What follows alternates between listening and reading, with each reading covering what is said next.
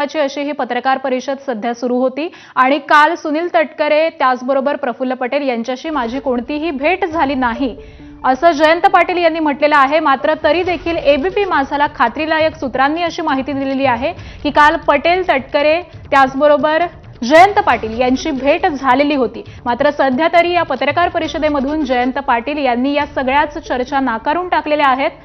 आधी या दोन्ही राष्ट्रवादीच्या नेत्यांमध्ये भेट झालेली होती आणि त्यानंतर मुख्यमंत्री देवेंद्र फडणवीस यांच्यासोबत वर्षा या निवासस्थानी त्यांची भेट झालेली आहे।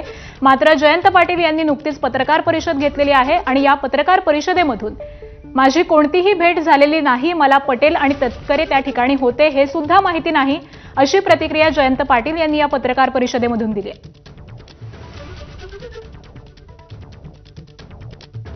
तर विलीनीकरण आणि एनडीएमध्ये सहभागी होणार यावरती या तीनही नेत्यांची मुख्यमंत्री देवेंद्र फडणवीस यांच्यासोबत काल बैठकीमध्ये चर्चा झालेली आहे। काल सगळ्यात आधी जयंत पाटील हे वर्षा या निवासस्थानी दाखल झाले आणि त्यानंतर प्रफुल्ल पटेल त्याचबरोबर सुनील तटकरे हे देखील वर्षा निवासस्थानी दाखल झालेले होते। या तीनही नेत्यांची मुख्यमंत्री देवेंद्र फडणवीस यांच्यासोबत बैठक झालेली आहे आणि या बैठकीमध्ये विलीनीकरण असेल त्याचबरोबर एनडीएमध्ये सामील होणं असेल या दोनही मुद्द्यांवरती चर्चा झाल्याचं कळतंय। मुख्यमंत्री देवेंद्र फडणवीस यांच्या उपस्थितीमध्ये वर्षा या निवासस्थानी ही बैठक झालेली आहे।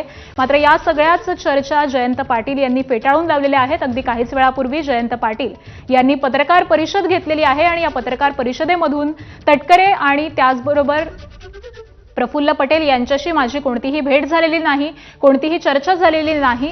सुनेत्रा पवार यांच्या मुलीचं लग्न होतं त्याच वेळीच मी या दोन्ही नेत्यांना भेटलेलो होतो आणि त्यानंतर या दोन्ही नेत्यांची भेट झालेली नाही, अशी प्रतिक्रिया जयंत पाटलांनी दिली आहे।